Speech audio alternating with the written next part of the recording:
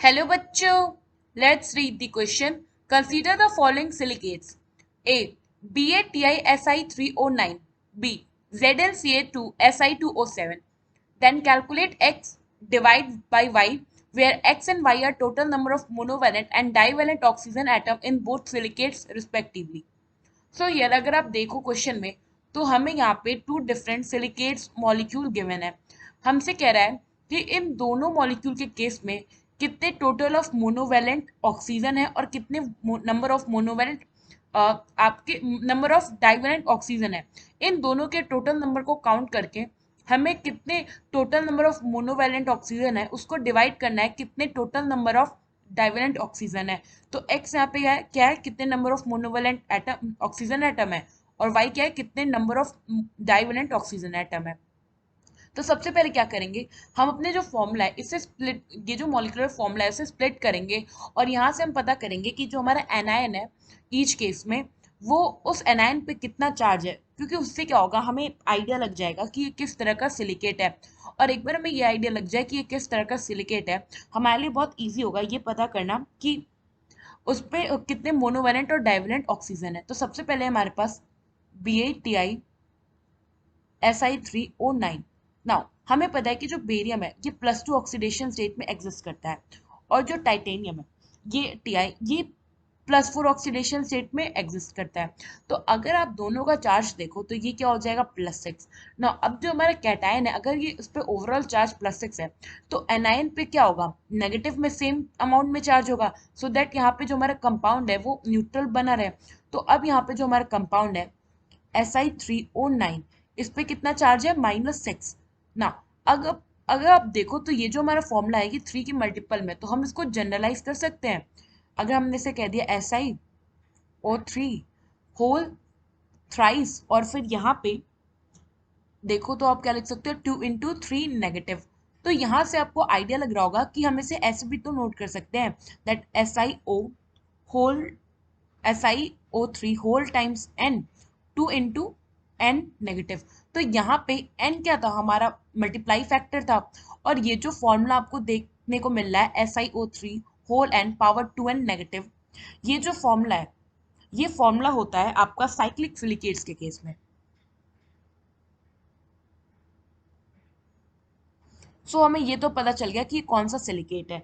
अब अगर आप इसका जनरल स्ट्रक्चर देखो तो ये हम Si3O9 6 नेगेटिव का स्ट्रक्चर लेके चल रहे हैं। तो हमारे पास क्या है 3 सिलिकॉन एटम। ये 3 सिलिकॉन एटम कुछ ऐसे बॉन्डेड है। यहाँ पे हो गया एक ऑक्सीजन एटम, फिर यहाँ पे फर्दर ऑक्सीजन, यहाँ पे क्या हो जाएगा सिलिकॉन एंड यहाँ पे ऑक्सीजन। नाउ अब क्या होगा ईच सिलिकॉन पे 2 मोनोवेलेंट ऑक्सीजन एटम बॉन्डेड है।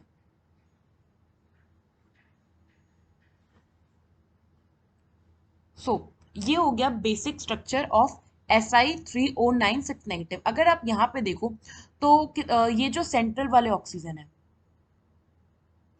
जो दो सिलिकॉन के बीच में है ये तो डाइवेलेंट है, यानी कि ईच ये जो बीच वाला ऑक्सीजन है इस पे -2 चार्ज है।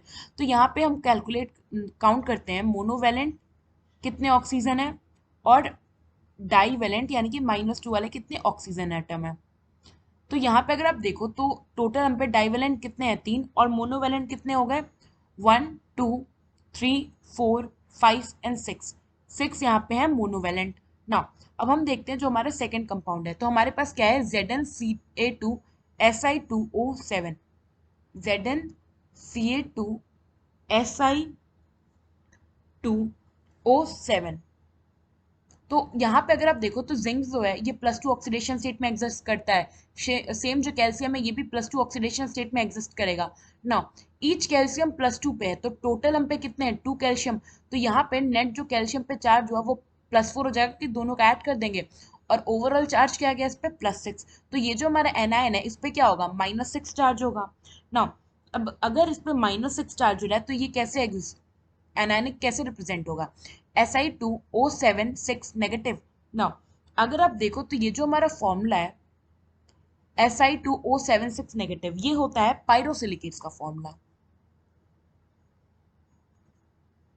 सो हमें ये पता चल गया कि किस टाइप का सिलिकेट है। अब पायरोसिलिकेट का स्ट्रक्चर देखते हैं। तो यहाँ पे क्या होता है दो सिलिकॉन एटम होते हैं, इनके बीच में एक ऑक्सीजन एटम होता है और ईच सिलिकॉन एटम पे 4 monovalent oxygen sorry 3 monovalent oxygen atom जो होते हैं ये अटैच्ड होते हैं। ना यहाँ पे अगर आप ऑक्सीजन काउंट करो तो ये सेंटर वाला तो क्या हो गया डाइवेलेंट जिसपे -2 होगा, बाकी सब क्या हो गए यहाँ पे मोनोवैलेंट।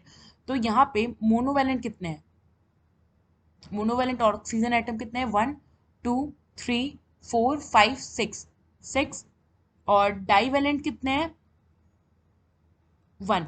नाउ अब हम टोटल काउंट करते हैं, तो टोटल नंबर ऑफ मोनोवैलेंट कितने हैं हम पे 6 एंड 6, तो ये हो गया हम पे टोटल 12।